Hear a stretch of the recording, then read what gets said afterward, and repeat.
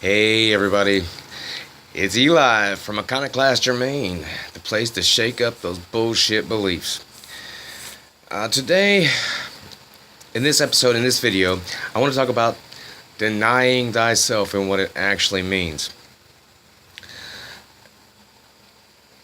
In religions, most religions, the way that they teach us to deny yourself is just to be miserable, to self-sacrifice past the point of any good.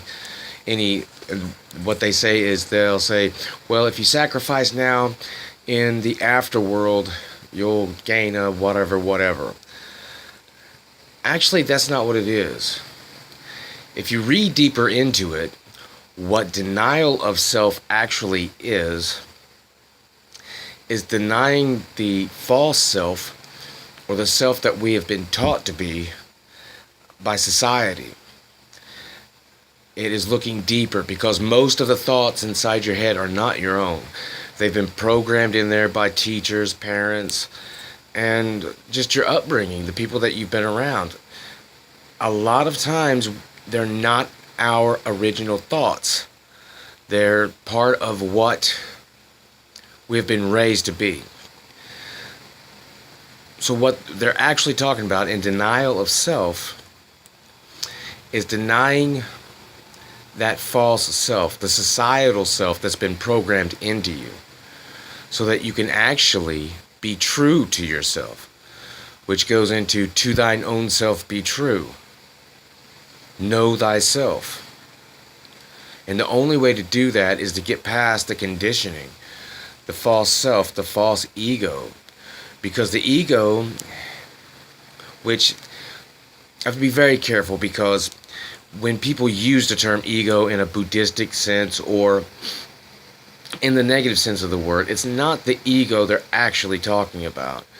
They're talking about that childish nature, or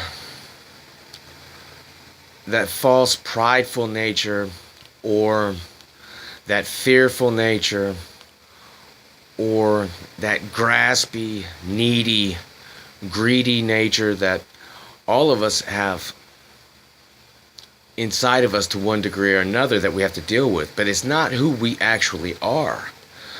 You know, if you have a conscience, then that's not who you actually are. Something doesn't feel right whenever you give in to those things. It can feel right for a moment. You can lose your temper on somebody and feel good for a moment, and then afterwards you feel bad. Or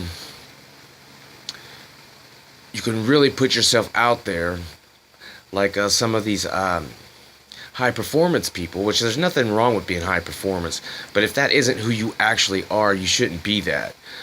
A lot of them will be driven, and then once they get what they want, they're still not fucking happy. They're still not fucking satisfied. They're still not fucking fulfilled. There is no contentment in it. So it's not actually who they are. And in order to do or be what you actually are, you have to sit with yourself. You have to really sit and analyze, or deeply introspect or reflect on what and who you've grown to be. Well, some of us get tattoos because we thought that was cool at the time, and then we associated having tattoos with who we are. It's not who we are. It's not who you are. You're much more than what your body is. You're much more than what your tattoos are. You are much more than that. That is just reference material in the past, or a past experience. That's all that those things are. Some people, like, we've all heard stories of the 1929 economic crash, the Great Depression, where business traders would jump out of windows and buildings and kill themselves after the crash. Well, they had associated all that money and wealth with who they were, and they couldn't see themselves as anything other than that. And you're much more than the money that you make. You're much more than what your appearances are. So, in essence, deny thyself.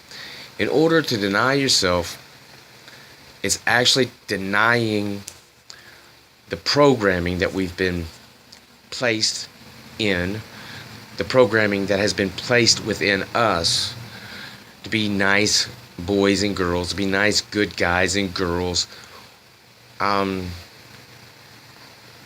or what society thinks is good. It actually kills individuation. A lot of times we think that these things are our individuality or are our personality, and they're not. They're just bits and pieces of either things that we like or enjoy, or the things that we've been taught we should be. And anytime you hear that word should, it is not a representation of what reality actually is. People can should you to death. Should a person do this or that? No. Should the weather be like this or that? No. It just is. It just is. So if this has been helpful to you, hit the like and subscribe button below. And if you need my help with the problem, text me. That's text me at 1-270-943-7691. Tell me a little bit about yourself, hit me with your name and your problem, and I'll get back to you as soon as possible if I can help you for free. Or you can email me at the.elijah.smith@gmail.com.